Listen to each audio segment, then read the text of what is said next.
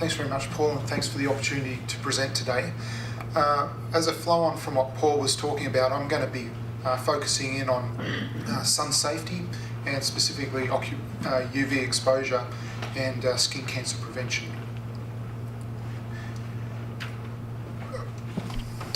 Okay. So what I'd like to just briefly cover is just the broad range of adverse health effects of solar UV exposure, occupational skin cancer and heat stress as two specific areas. Then look at occupational sun exposure and the various ways we try and define that. Then look at control measures, and then talk about sun safety programs and some future challenges. So just to start off, just sort of thought that just to provide a broad range of health effects from solar UV exposure that are both for the skin and the eyes. I've highlighted there two in the blue. One is erythema and one is photokeratitis. They're the acute effects, and then the others are from chronic exposure.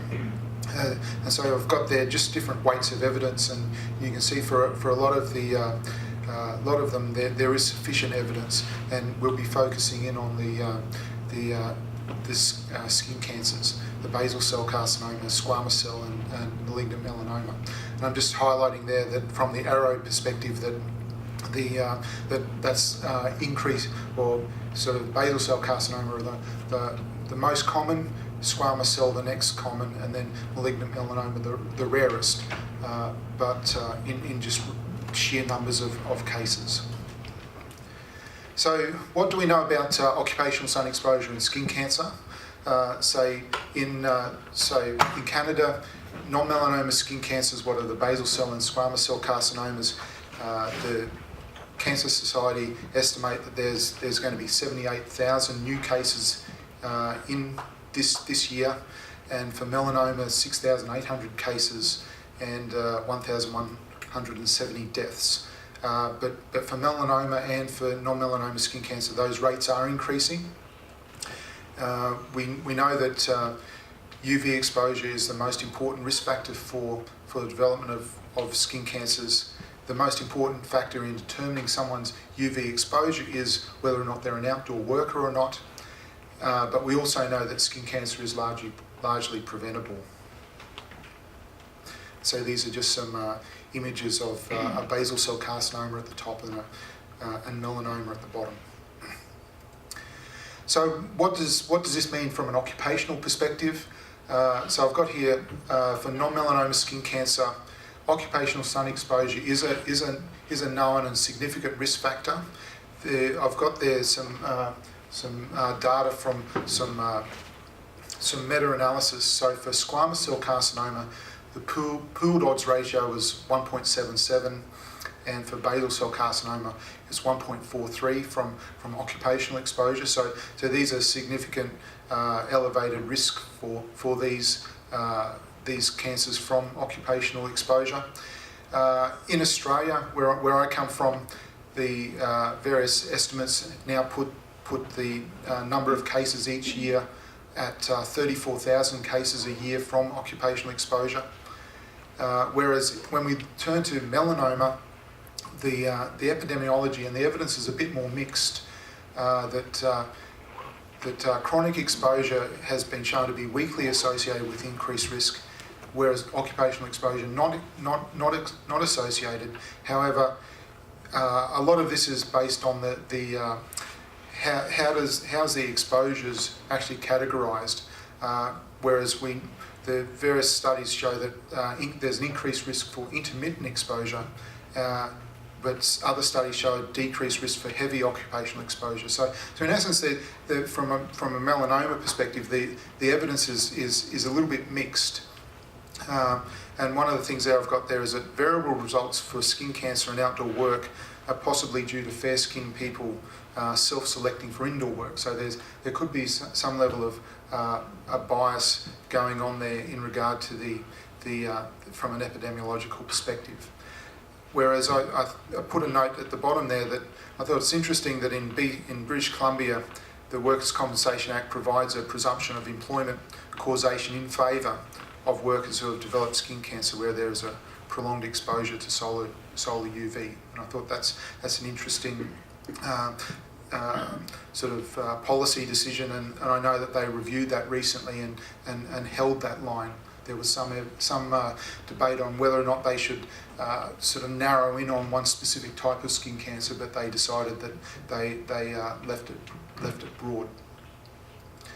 So one of the other aspects is heat stress, and we know that exposure to solar UV radiation is also a contributor for heat stress, and there's a range of different types of disorders associated with heat stress. One of the things I just sort of thought I'd briefly mention is the occupational UV exposure standard. It's based on, well, it comes from the ACGIH, and that's also been adopted internationally. And this standard was developed in 1970, and it hasn't changed since then. It's based on what's called an envelope action curve, and that curve is basically draws an envelope around two of the action spectra, one for photokeratitis and one for erythema. And what's interesting about this is that these are the acute conditions. And so what it means is the exposure standard is based on protecting against acute conditions, with the idea that will also protect against chronic conditions. So in essence, our exposure standard for UV is based on these acute conditions and not in consideration for say skin cancer, what we're more concerned about. In regard to how this exposure standard is applied, in Canada and across the world, it's applied differently. So some jurisdictions apply it as is, and ACGIH identify that they don't differentiate between whether or not it's solar UV exposure or artificial sources, and so in Ontario, that the Ministry of Labour documentations say that as well.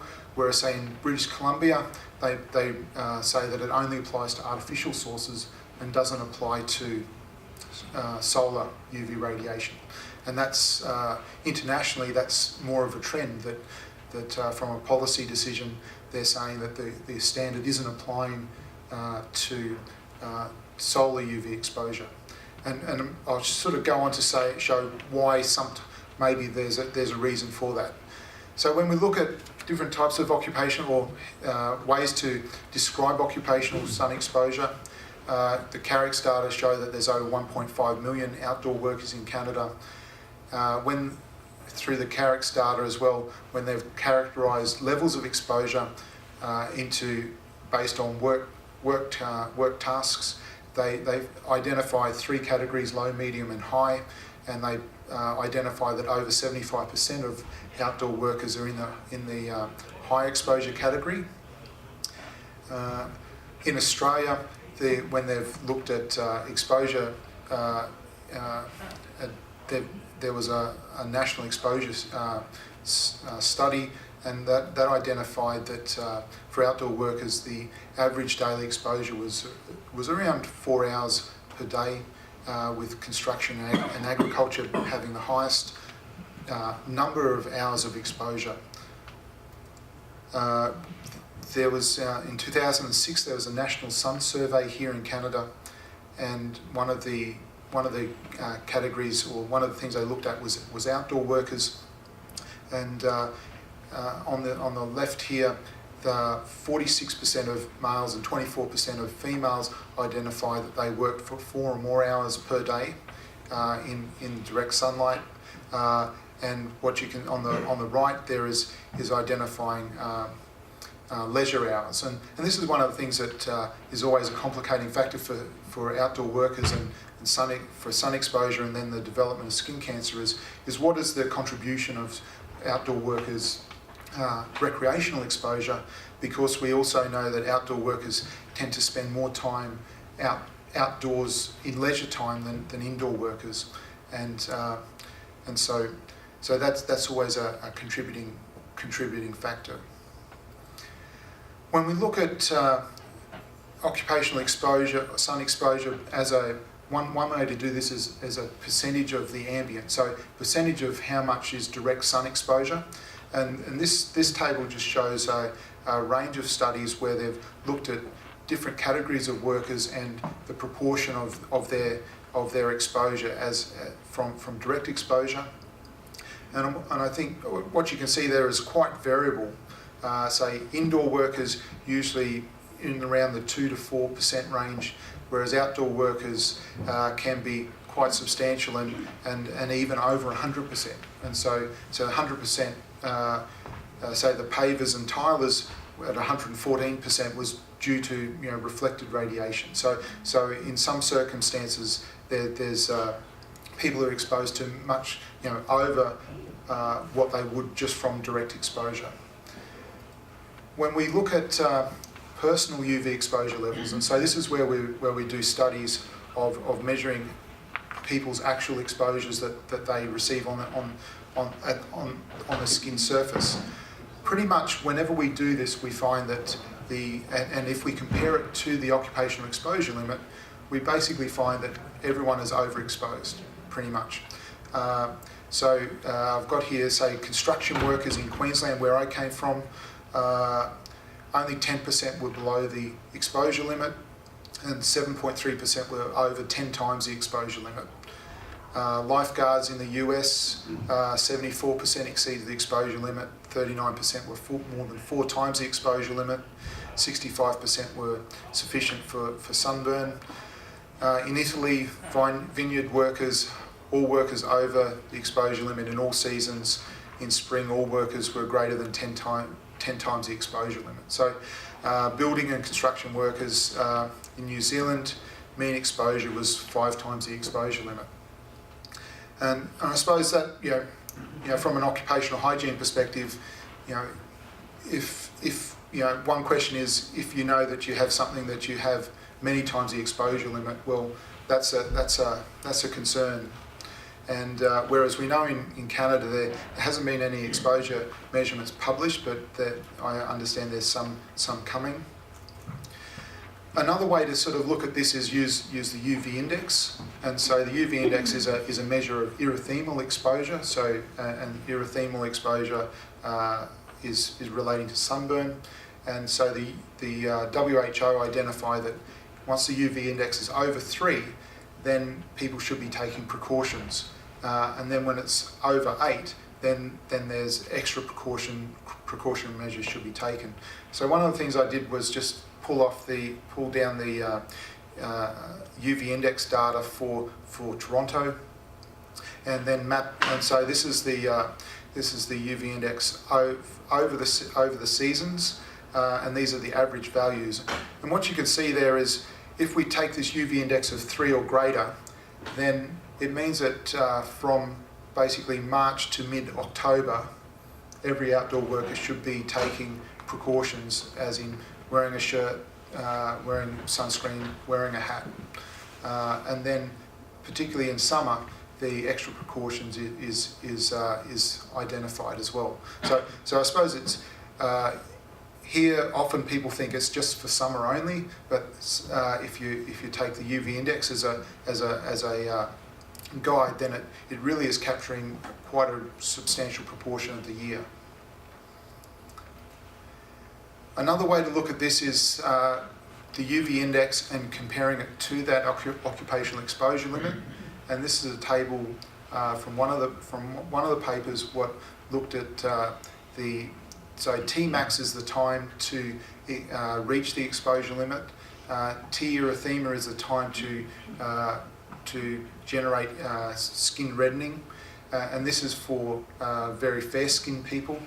And what you can see there is UV index between 6 and 8, what is pretty much what we're going to have in Ontario. It's around 10 minutes or so direct exposure, you'll reach the exposure limit.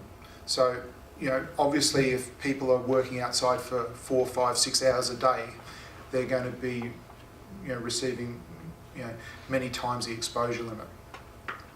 And I think most people don't sort of sort of realise that, and that's potentially one of the reasons why, from a policy perspective, some jurisdictions have said, well, it's too difficult.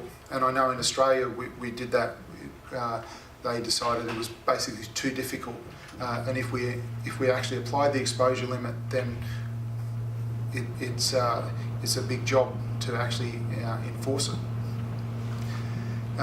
One of the things that sources of UV exposure that I've done a bit of work in is welding, and just this table just highlights the extreme UV exposures that welders and people associated with welding can receive.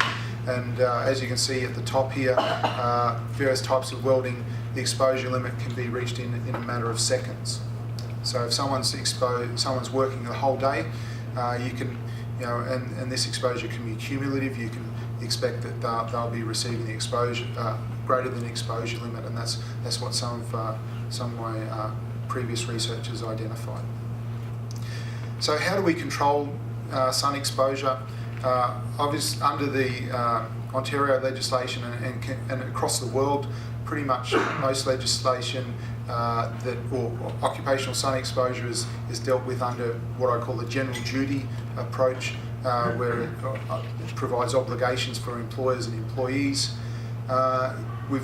You've seen the hierarchy of controls previously, and one of the things with sun exposure is that we know that we can't really eliminate, substitute or isolate very well, and so it's really driving us down into the less efficient control measures.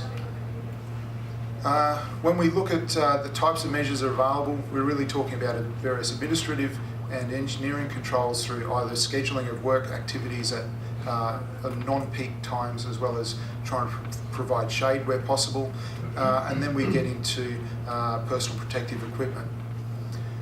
When various studies have looked at how well people are using protective equipment, they find that people aren't using it very well.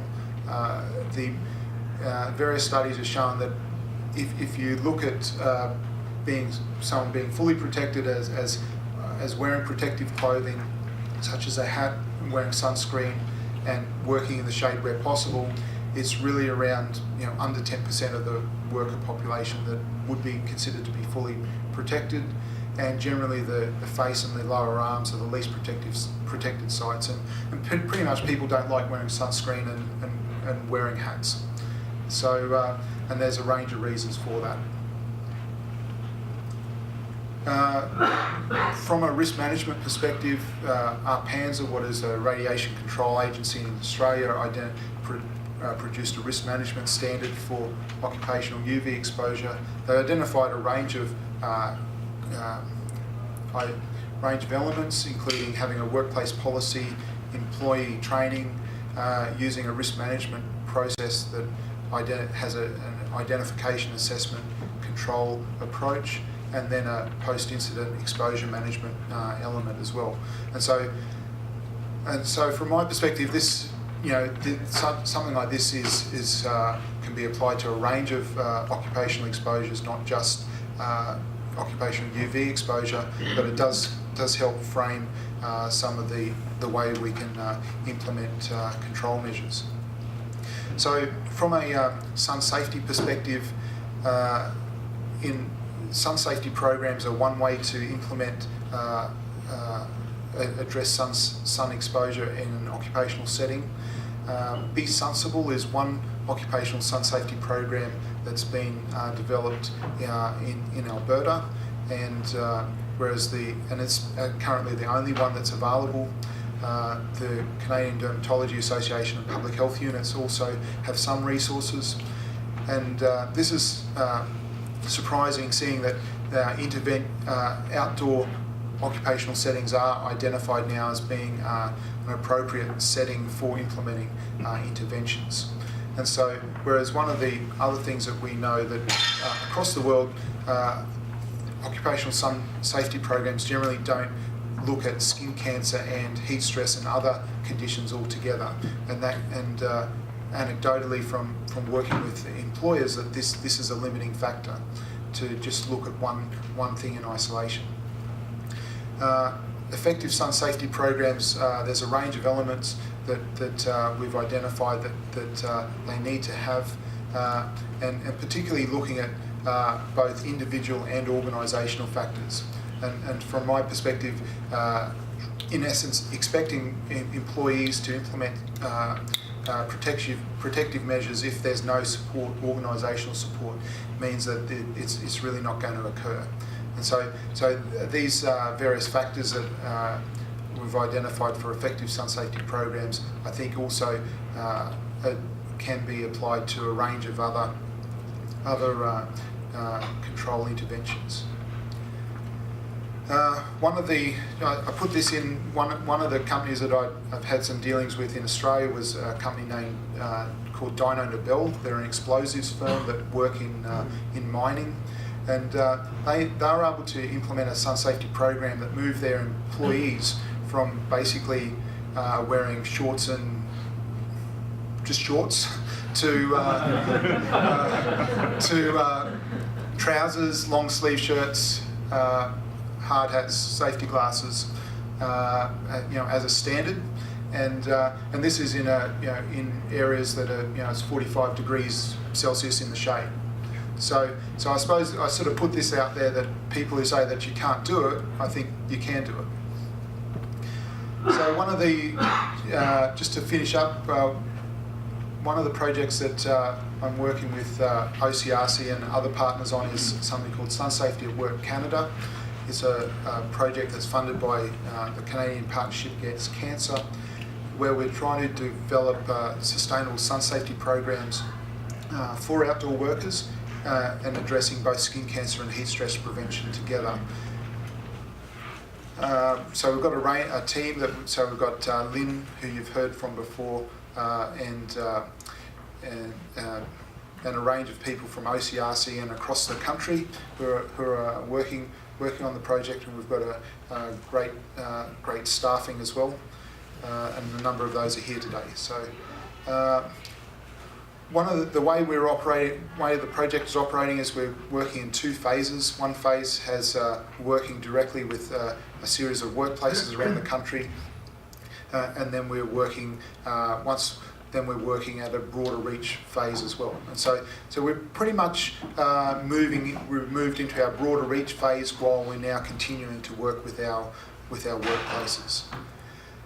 One of the things that we developed was this organisational readiness to change model, where we identified that for both heat stress and skin cancer prevention, workplaces might be at different stages on a readiness to change model. And so this model of trying to, in essence, move an organisation from one stage to another is driving the way that we're operating the project. So for our phase one workplaces, we have 17 workplaces throughout the country.